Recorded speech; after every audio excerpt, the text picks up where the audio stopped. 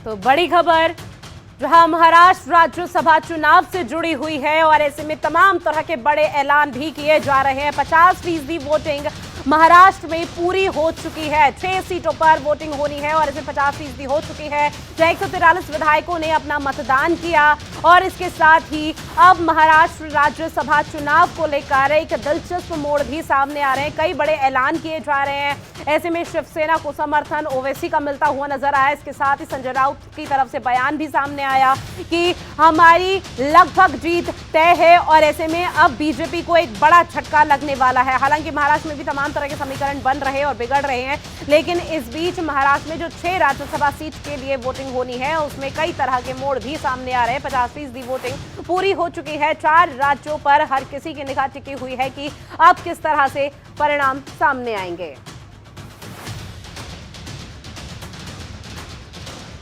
और देखिए ग्राफिक्स के जरिए आपको बता रहे हैं राज्यसभा की 16 सीटों पर वोटिंग आज सुबह 9 बजे से लेकर शाम 4 बजे तक ये वोटिंग जारी रहेगी और वोटिंग की प्रक्रिया अब शुरू हो चुकी है। ऐसे में कई जगहों से अलग अलग तरह की तस्वीरें सामने आ रही है। साथ ही वोटिंग खत्म होने के 1 घंटे बाद यानी कि शाम 5 बजे से मतगणना भी शुरू हो जाएगी और क्या कुछ सामने आता है देखना काफी महत्वपूर्ण होगा। साथ ही राज्यसभा में सदस्यों का कार्यकाल 6 साल का होता है। हर 2 साल बाद 1/3 सदस्य रिटायर हो जाते हैं और इस बार कुल 55 सदस्यों के नाम सामने आए हैं। तो वहीं 39 सीटों पर उम्मीदवार निर्विरोध पहले ही चुने जा चुके हैं। इसलिए आज 4 राज्यों की 16 सीटों पर वोटिंग हो रही है। 16 सीटों पर आज वोटिंग शुरू हो चुकी है और ऐसे में शाम 5 बजे मतगणना भी शुरू हो जाएगी। अलग अलग राज्यों की अलग अलग तस्वीरें सामने आ रही है और ऐसे में राजस्थान, कर्नाटक, हरियाणा और महाराष्ट्र में आज वोटिंग हो रही है राज्यसभा सीटों के लिए। तो 4 राज्यों की 16 राज्यसभा सीटों पर वोटिंग हो रही है। जो 4 राज्य है वो है महाराष्ट्र, राजस्थान, हरियाणा और कर्नाटक, जिनमें राज्यसभा की वोटिंग शुरू हो चुकी है। अलग अलग तरह की तस्वीरें और यहाँ पर कई बड़े ऐलान भी किए जा रहे हैं कि किसको किसका समर्थन मिलेगा और ऐसे में कई जगह ऐसी स्थिति भी सामने आ रही है जहां हॉर्स ट्रेडिंग के मामले सामने ना आए, इसको लेकर भी कई तरह की जो कवायद है वो भी अब तेज हो चुकी है और ऐसे में जो जत्था विधायकों का है वो भी निकलता हुआ शुरू हो चुका है। राजस्थान में राज्यसभा की लड़ाई है। 1 सीट के लिए चाहिए 41 वोट। कांग्रेस के 3 उम्मीदवार हैं। साथ ही ग्राफिक्स के जरिए आपको बता रहे हैं कांग्रेस को 123 वोट चाहिए, जिसको लेकर पूरी तरह से खींचतान यहां पर देखी जा रही है। वहीं कांग्रेस के पास फिलहाल 108 वोट है, चाहिए उन्हें 123। लेकिन इस बीच किस तरह की तस्वीर राजस्थान से सामने आती है ये देखना काफी महत्वपूर्ण होगा। कांग्रेस के पास वोट कम है, सिर्फ 15 वोट की संख्या कांग्रेस के पास है और ऐसे में राज्यसभा सीट के लिए वोटिंग राजस्थान में शुरू हो चुकी है। और अगर बीजेपी का जिक्र किया जाए तो बीजेपी के 1 उम्मीदवार हैं।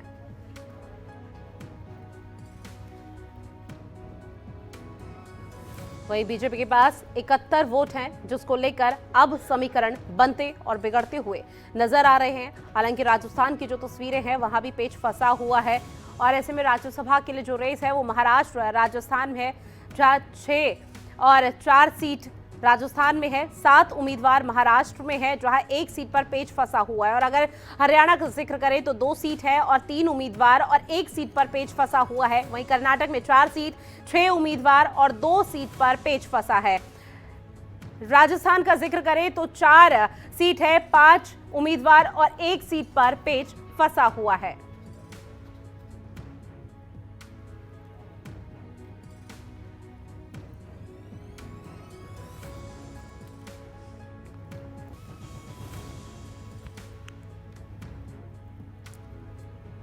और किस तरह की तस्वीरें अलग अलग राज्यों से निकलकर सामने आ रही है इस पर जानकारी लेंगे। हमारे साथ सहयोगी हमारे 2 यहाँ पर लाइव जुड़ गए। चंडीगढ़ से ओपी शर्मा और दिल्ली से ममता मेरी सहयोगी जुड़ गई हैं। ममता, सबसे पहले रुख आपका। 4 राज्यों में राज्यसभा की यहाँ पर वोटिंग शुरू हो चुकी है। इसमें किस तरह की तस्वीरें सामने आ रही है, क्या कुछ समीकरण बनते और बिगड़ते सामने आए?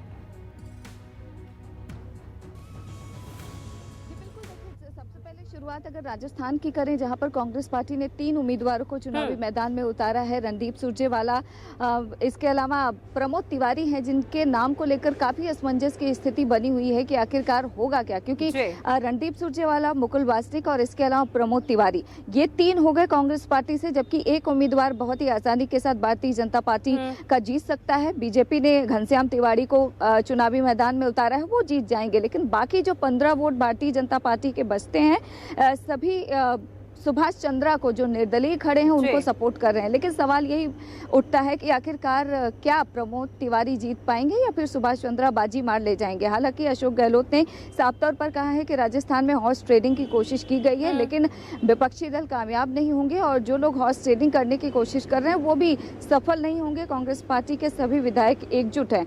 तो अब देखना यही होगा, आज शाम 4 बजे के बाद तस्वीरें भी साफ हो जाएंगी कि कहां पर कितने विधायक एकजुट हैं।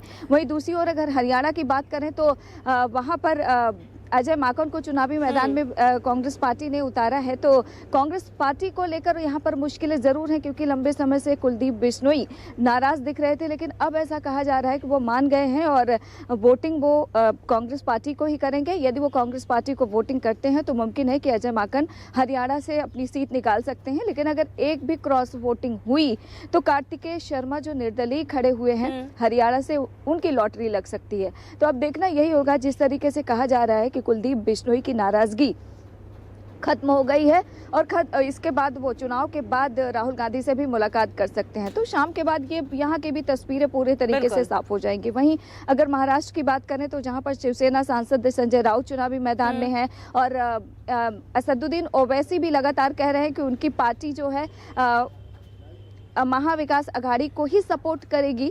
और अगर कर्नाटक की बात करें तो वहां पर भी निर्मला सीतारमण, जो बीजेपी की प्रत्याशी हैं, वो तो जीत जाएंगी। एक और उम्मीदवार को बीजेपी ने खड़ा किया है। तो कांग्रेस पार्टी का ये कहना है कि बेसिकली बीजेपी चाहती है जो सियासी समीकरण है वो गड़बड़ हो जाए, बिगाड़ सके, इसलिए एक एक्स्ट्रा उम्मीदवार को चुनावी मैदान में उतार दिया है। तो कहीं ना कहीं असमंजस की स्थिति है। हालांकि अगर कांग्रेस की बात करें तो कांग्रेस पूरे तरीके से आश्वस्त है कि इस बार राज्यसभा में जितनी सीटें उनके नाम पर है, मुमकिन है कि वो जीत जाएंगे। लेकिन इन तमाम चीजों के लिए शाम 4 बजे का इंतजार करना होगा, जिसके बाद तस्वीरें साफ हो जाएंगी कि आखिरकार किस राज्य से कौन कौन सा प्रत्याशी जीत रहा है। बिल्कुल, शाम 4 बजे के बाद यहाँ पर 1 घंटे बाद शाम 5 बजे मतगणना शुरू हो जाएगी और किस तरह की तस्वीरें अब तक 4 राज्यों से सामने आ रही है वो हर किसी की निगाह उस पर टिकी हुई है। ऐसे में ओपी शर्मा आपका रुख करेंगे। अगर हरियाणा का जिक्र करें तो हरियाणा की 2 राज्यसभा सीट पर यहाँ वोटिंग शुरू हो चुकी है। एक सीट पर राजनीतिक विश्लेषकों की तरफ से कहा जा रहा है कि अजय माकन की सीट तो तय है, लेकिन दूसरी सीट पर कांग्रेस का पेच फंसा हुआ है और जो कांग्रेस के विधायकों का जत्था है वो होटल से रवाना भी हो चुका है। अभी फिलहाल किस तरह की तस्वीरें सामने आ रही है?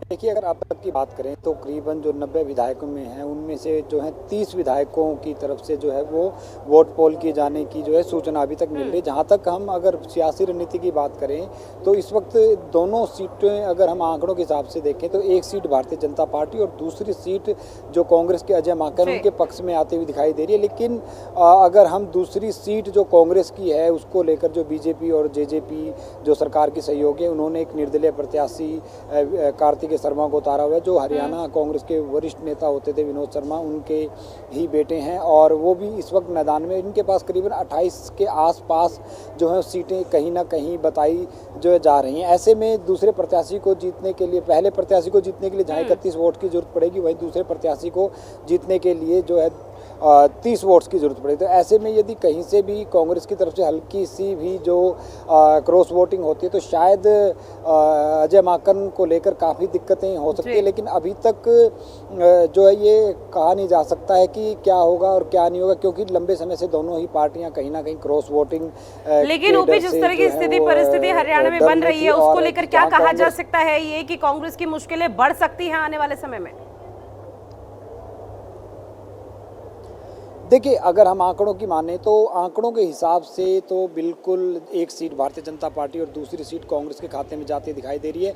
लेकिन जिस तरह की सियासत साल 2016 का स्याही कांड हुआ था और उसके बाद इस बार जिस तरीके से पिछले बार के स्याही कांड से बचने के लिए कांग्रेस ने अपने सभी विधायकों को छत्तीसगढ़ में भेजकर जो है वोटिंग की जो टेक्निक बताई, इसी तरीके से कुछ भारतीय जनता पार्टी की जेजेपी और जो उसके निर्दलीय समर्थक विधायक हैं उन सभी को जो है एक ट्रेनिंग दी गई। तो उससे कहीं ना कहीं दोनों पार्टियां कहीं ना कहीं खतरे में है शायद, क्योंकि भूपेंद्र सिंह हुड्डा भी जो है कांग्रेस के में हरियाणा के अंदर एक कद्दावर नेता, और जिस तरीके से उनको जो है हरियाणा में पार्टी की कमान दी गई अगले चुनाव को लेकर, तो ऐसे में उनका पूरा भविष्य इस पर टिका होता है। ऐसे में वो नहीं चाहेंगे कि किसी भी सूरत में क्रॉस वोटिंग हो और उनके प्रत्याशी जयमाकन हारे और कांग्रेस आला कमान के सामने। बिल्कुल ओपी, आपका रुख करूंगी, उससे पहले ममता का रुख करती हूँ। किस तरह की तस्वीरें अभी सामने आ रही है उसका जिक्र लगातार यहाँ पर किया जा रहा है। ममता, अगर महाराष्ट्र का जिक्र किया जाए, हालांकि दिलचस्प यहाँ पर चारों ही राज्यों की राज्यसभा सीट है जहां 16 राज्यसभा सीट पर वोटिंग हो रही है, लेकिन इस बीच महाराष्ट्र में 6 सीट है, 7 उम्मीदवार और 1 सीट पर पेच फंसा हुआ है।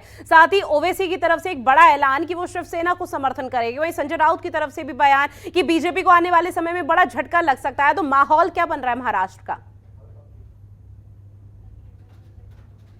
जी बिल्कुल, देखिए माहौल की अगर बात करें तो कहीं ना कहीं तो माहौल तो साफ तौर पर सियासी समीकरण का जो गणित है वो जोरों पर कायम है। वहां पर सभी लोग अपने अपने विधायकों को एकजुट करने में लगे हुए हैं ताकि उनका प्रत्याशी जीत सके। जहां तक भारतीय जनता पार्टी का सवाल है तो पीयूष गोयल चुनावी मैदान में है और बीजेपी के पास उतने नंबर्स हैं कि वो आसानी से वहां से चुनकर राज्यसभा आ जाएंगे। सवाल उठता है कांग्रेस पार्टी और इसके अलावा एनसीपी के भी एक कैंडिडेट हैं। हालांकि शिवसेना लगातार ये आरोप लगा रही है कि जो लगातार कोशिशें हो रही हैं विधायकों को वहां से हटाने की कि ताकि वो मतदान ना कर सके, तो इसमें बीजेपी समेत तमाम जो लोग हैं वो शामिल नहीं हो पाएंगे। कोशिश भले ही कर रहे हैं वो कामयाब नहीं हो पाएंगे। इनका साफ तौर पर कहना है, चाहे वो कांग्रेस पार्टी हो, एनसीपी हो या फिर शिवसेना हो। संजय राउत का सुबह सुबह एक बयान भी आ गया कि महाविकास अघाड़ी के जितने भी कैंडिडेट हैं वो बड़े ही आसानी के साथ जीत रहे हैं। वहीं दूसरी ओर असदुद्दीन ओवैसी ने भी बड़ा ऐलान कर दिया है कि उनका जो विधायक हैं, जितने भी विधायक हैं वो सभी लोग महाविकास अघाड़ी को ही समर्थन करने वाले हैं। तो ऐसे में कहा जा सकता है कि जिस तरीके से लगातार सभी पार्टियां अपने अपने दावे कर रही हैं, जहां तक बीजेपी का सवाल है उनके पास तो एक कैंडिडेट के लिए पूरे नंबर्स हैं। ऐसे में पीयूष गोयल को किसी भी प्रकार की कोई चुनौती नहीं है। लेकिन अब देखना यही होगा कि कांग्रेस पार्टी, एनसीपी और एक और नेता है जो तकरीबन 4 लोग हैं चुनावी मैदान में, तो अब देखना यही होगा कि क्या सभी लोग चुनकर दिल्ली पहुंच पाएंगे राज्यसभा। जी बिल्कुल, किस तरह के यहाँ से समीकरण जो बनते बिगड़ते हैं वो नजर आते हैं, वो देखना काफी महत्वपूर्ण होगा। ममता, तमाम जानकारी साझा की उसके लिए शुक्रिया। ओपी, एक बार फिर आपका रुख करूंगी। हर राज्य से अलग अलग तरह की तस्वीरें और रिएक्शन सामने आ रहे हैं। इस बीच हरियाणा के तमाम जो नेता हैं उनके क्या कोई रिएक्शन अभी तक सामने आए? देखिए, अगर हम पूरे रिएक्शन की बात करें तो अब तक जो जिस प्रत्याशी को जिताना चाहता है उसी प्रत्याशी की जीत में कहीं ना कहीं दावे कर रहे हैं। लेकिन इस बीच जो एक कैथल की पुंडरी से जो एक निर्दलीय विधायक रणधीर गोलन हैं जो बीजेपी को समर्थन दे रहे हैं, उनका एक बड़ा बयान आया है। उन्होंने ये कहा है कि कांग्रेस का एक वोट जो है वो रद्द हो जाएगा शाम तक। किसी जो कांग्रेस नेता हैं उन्होंने अपना वोट जो है वो गलत डाला है। अब क्या है कैसे, उसके बारे में तो अभी कुछ नहीं कहा जा सकता। लेकिन अगर एक वोट कांग्रेस का आज रद्द होता है तो कांग्रेस की जो है मुश्किलें वो है जो बढ़ जाएंगी। कांग्रेस उसके बाद 8 पार 30 के ऊपर आ जाती है और ऐसे में जो है काम करेंगे। ईडी के समक्ष पेश होंगे राहुल गांधी अलग-अलग। देखिए, आप जानते हैं ये जो दुर्भावना से, द्वेष की भावना से, प्रतिशोध की भावना से विपक्ष के लोगों को टारगेट किया जा रहा है, ना सिर्फ हमारे नेता लेकिन तमाम विपक्ष की पार्टी के नेताओं को, और खासकर कांग्रेस पार्टी में चाहे सोनिया जी हों चाहे राहुल जी हों। जो केस 6-7 साल पहले बंद हो गया उसको दोबारा खोला गया। एक माहौल बनाया जा रहा है कि एजेंसीज के दबाव में हम अपनी बात को नहीं रख पाएंगे, लेकिन हम सब लोग मिलकर उसका मुकाबला करेंगे और 13 तारीख को सब मिलकर जाकर राहुल जी के साथ जाएंगे ताकि देश के लोगों को समझ में आए कि इस प्रकार के दुरुपयोग कर कर आप अनावश्यक दबाव बनाकर लोकतंत्र में किसी की आवाज़ को दबा नहीं सकते। तो 4 राज्यों के 16 राज्यसभा सीटों पर चुनाव होने हैं। कर्नाटक, महाराष्ट्र, हरियाणा और राजस्थान। ओपी भी हमारे साथ जुड़े हुए थे जिन्होंने तमाम जानकारी साझा की, उसके लिए ओपी शुक्रिया। तो ऐसे में अब किस तरह के समीकरण बनते बिगड़ते हुए नजर आते हैं देखना काफी महत्वपूर्ण होगा, क्योंकि शाम 4 बजे तक वोटिंग होगी और उसके ठीक 1 घंटे बाद यानी शाम 5 बजे मतगणना भी शुरू हो जाएगी। तो ऐसे में शाम तक जो तस्वीरें हैं वो यहाँ क्लियर हो जाएगी। साथ ही अगर महाराष्ट्र का जिक्र करें तो 7 उम्मीदवार हैं, 6 सीट है और 1 सीट पर पेच फंसा हुआ है। ऐसे में 50% वोटिंग हो चुकी है, वहां से तस्वीरें भी क्लियर हो रही है। हालांकि कई तरह के रिएक्शन, बयानबाजी का दौर भी अब शुरू हो चुका है और ऐसे में अपनी अपनी जीत का दावा भी किया जा रहा है। लेकिन अब दिल्ली तक कौन पहुंचता है ये देखना काफी महत्वपूर्ण है।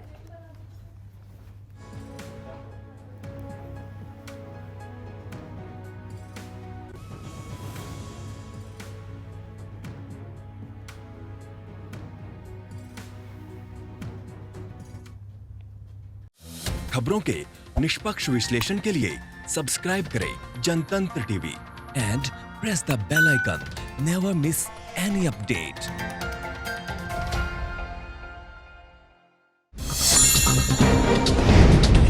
डाउनलोड कीजिए जनतंत्र टीवी ऐप को, जो कि अवेलेबल है गूगल प्ले और ऐप स्टोर पर। अधिक जानकारी के लिए अभी डाउनलोड करें।